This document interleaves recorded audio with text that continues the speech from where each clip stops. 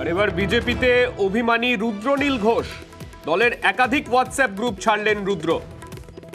Ticket না পেয়ে কি রুদ্রনীলের ক্ষোভ? রুদ্রনীলকে ঘিরে বিজেপির অন্দরে জল্পনা। এই বিষয়ে বিস্তারিত জানবো, আমাদের প্রতিনিধি ভেঙ্কটেশ্বর রয়েছেন আমাদের সঙ্গে। ভেঙ্কটেশ্বর, ঠিক কি কারণে এই হোয়াটসঅ্যাপ গ্রুপ ত্যাগ করলেন?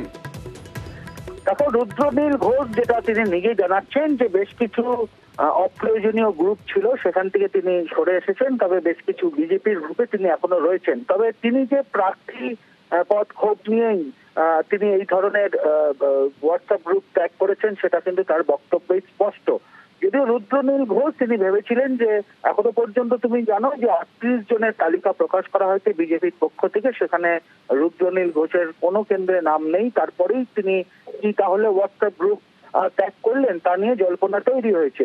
যদিও রুদ্রনীল ঘোষ তিনি যেটা বক্তব্য, তার যেটা দাবি, সেটা হচ্ছে এখনো পর্যন্ত 4 কেন্দ্রে প্রার্থী ঘোষণা করা হয়নি। তবে তিনি এখনো আশাবাদী যে সেই 4 কেন্দ্রে তার নাম থাকতে পারে। পাশাপাশি প্রার্থী হওয়ার ক্ষেত্রে যোগ্যতা কি, সেই মাপকাঠি কি, সেই নিয়েও প্রশ্ন তুলেছেন রুদ্রনীল ঘোষ। তবে বিজেপির অন্দরে কান পাতলেও যেটা শোনা যাচ্ছে, যেহেতু প্রার্থী পদ দিয়েই মূলত ক্ষোভ রুদ্রনীল ঘোষের, এবং সেই কারণেই তিনি হোয়াটসঅ্যাপের একাধিক বিজেপির যে গ্রুপ রয়েছে সেই গ্রুপ থেকে তিনি সরে এসেছেন।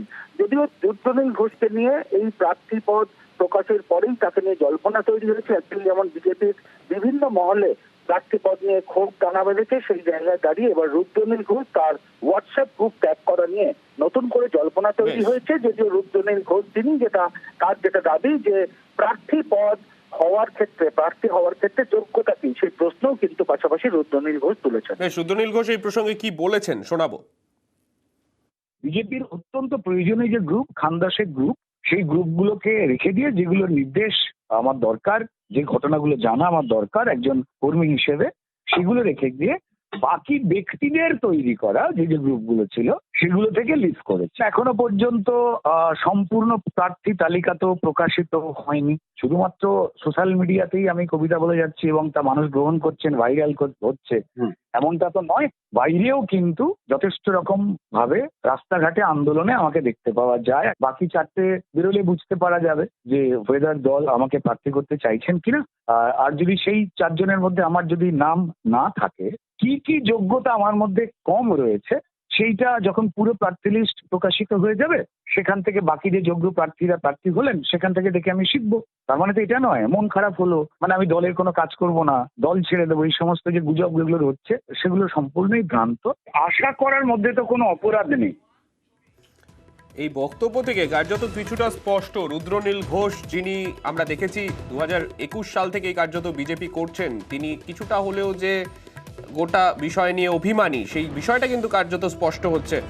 যদিও সরাসরি সেই কথা স্বীকার না করলেও দলের বাকি যে এখনো কেন্দ্রগুলি রয়েছে যেগুলিতে এখনো পর্যন্ত প্রার্থী ঘোষণা হয়নি, আমরা এই বিষয় নিয়ে যোগাযোগ করার চেষ্টা করেছিলাম বিজেপির রাজ্য সভাপতি সুকান্ত মজুমদারের সঙ্গে, যদিও তিনি এই বিষয়ে কোনো মন্তব্য করবেন না বলে জানিয়েছেন।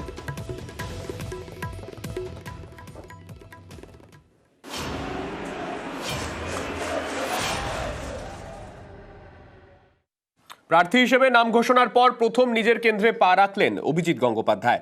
নন্দীগ্রামের বিজেপি নেতা পবিত্র করের বাড়ির পুজোয় উপস্থিত তমলুকের বিজেপি প্রার্থী অভিজিৎ গঙ্গোপাধ্যায়। নন্দীগ্রামে অভিজিৎ গঙ্গোপাধ্যায় পৌঁছন, নন্দীগ্রামের বিজেপি নেতা পবিত্র করের বাড়ির পুজোয় পৌঁছন তিনি। বাড়ির কালী পুজো ও গৌরাঙ্গ পুজো উপলক্ষে উপস্থিত হলেন অভিজিৎ গঙ্গোপাধ্যায়। আমাদের সঙ্গে রয়েছেন আমাদের প্রতিনিধি সুজিত। সুজিতের কাছে যাব। সুজিত, যে ছবি আমরা দেখতে পাচ্ছি তমলুকের বিজেপি প্রার্থী অভিজিৎ গঙ্গোপাধ্যায়, তার এবারের প্রচারের দিকে তো আলাদাভাবে অবশ্যই নজর থাকবে, কেননা তার বিজেপিতে যোগদান এবং তমলুকে তার টিকিট পাওয়া, সব দিকেই আলাদাভাবে একটা জল্পনা ছিল, সেই মতো সবকিছু মিলল। এক্ষেত্রে আজকে তার প্রচার কর্মসূচি কি কি থাকছে তোমার থেকে জানতে চাইবো। দেখো, এখনই রাজনৈতিক প্রচারের উপর বলা যায় যে ফোকাস করতে চাইছে না, কারণ 2 মাস বাকি ভোট, এটা মাথায় রাখছে শুভেন্দু অধিকারীর টিম।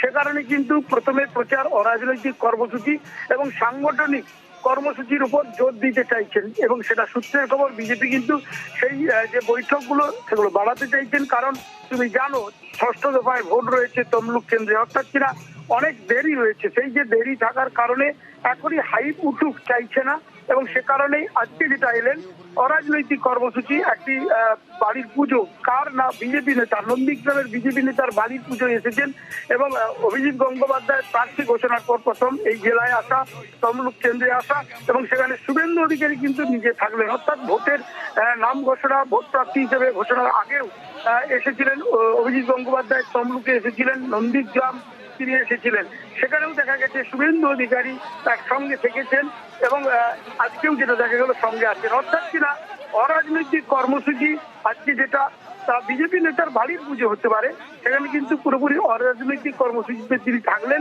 এবং আজকে তিনি তমলুকেও দলের সাংগঠনিক নেতৃত্বের সঙ্গে মিট করার কথা এবং প্রকাশ্যেই জানিয়ে দেবেন তারা যে কবে থেকে পুরোদমে প্রকাশ্য প্রচার বা রাজনৈতিক প্রচারে নামবেন সেটা। কিন্তু ভেতর থেকে যে প্রচারের কাজ সেটা যে শুরু করতে চাইছেন সেটা আজ কিন্তু তিনি ঠাড়ে ঠুড়ে বুঝিয়েও দিয়েছেন। বেশ, ধন্যবাদ। পাশাপাশি নজর রাখবো মুর্শিদাবাদ লোকসভা কেন্দ্রের দিকে। সেখানে সিপিআইএম প্রার্থী মোহাম্মদ সেলিম পায়ে হেঁটে প্রচার করলেন। তিনি পথ চলতি মানুষের সঙ্গেও কথা বলেন সেই সময়।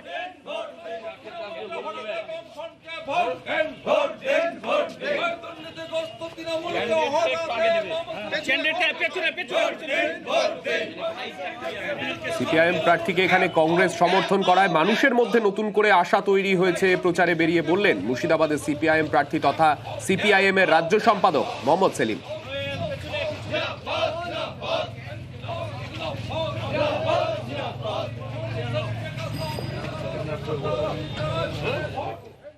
এ তো নতুন পাড়া, এটা আমার কাছে নতুন নয়, নতুন গ্রাম। সেখানে দাঁড়িয়ে যেখানে যাচ্ছি সেখানকার ছেলে ছোকরা সব বাইরে বেরিয়ে আসছে। এখানে দেখলাম মা বোনেরাও ঘর থেকে বেরিয়ে এলো, দোকান বাজার যারা করতে যাচ্ছে তারাও আছে।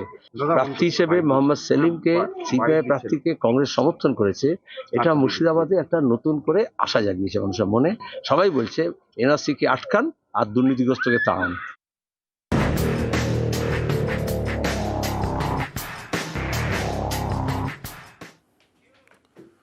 প্রচারে বিজেপি প্রার্থী তাপস রায়ও, কলকাতা উত্তরের বিজেপি প্রার্থী তাপস রায় দেওয়াল লিখে প্রচারে তাপস রায়।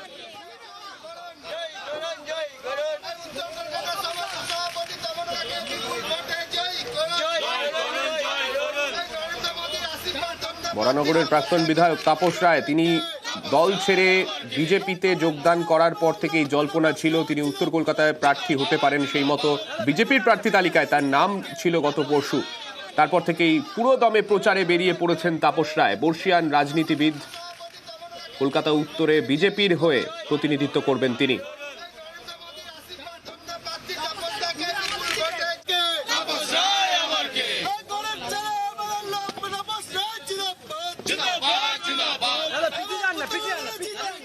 ওনাকে এবারে কলকাতা উত্তরের মানুষ ওনার অবসর গ্রহণের ব্যবস্থা করে দেবে। অনেকবার ছিল, সেই অনেকবার থাকায় কি করেছেন উনি এটাও নিশ্চয়ই কলকাতা উত্তরের মানুষ দেখতে চায়, জানতে চায়। গত 5 বছরে কলকাতা উত্তরের জন্য, বাংলার জন্য, ভারতবর্ষের জন্য একটি প্রশ্ন করেননি। 2টো নয়, 3টে নয়, 4টে নয়, পার্লামেন্টে একটি প্রশ্ন করেননি। সুতরাং উত্তরের মানুষের কাছ থেকে ভোট চাওয়ার কোনো অধিকার তার নেই।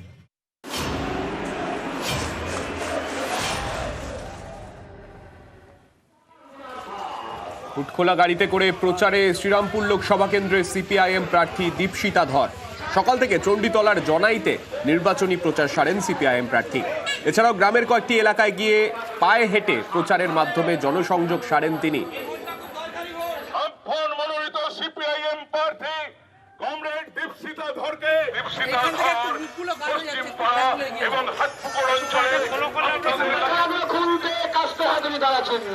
আজ আপনার পাড়ায়, আজ আপনার মহল্লায় তাকে কাস্তে হাতুড়ি তা চিহ্নে ভোট দিয়ে মেহনতি মানুষের কণ্ঠস্বর লোকসভায় পৌঁছে দিতে আগামী 20 তারিখে তাকে কাস্তে হাতুড়ি তা চিহ্নে ভোট দিয়ে বিপুল ভোটে।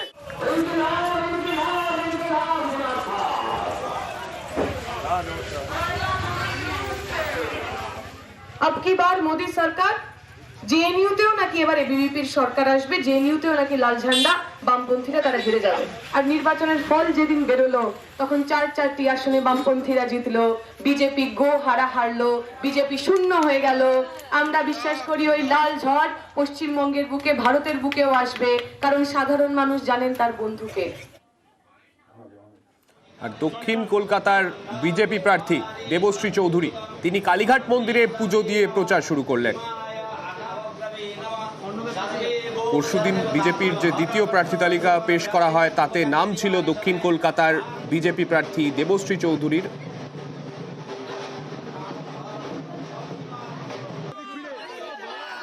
কালীঘাট মন্দিরে পুজো দিয়ে প্রচার শুরু করেন, তারপর দেওয়াল লিখে প্রচার সারেন দেবশ্রী চৌধুরী।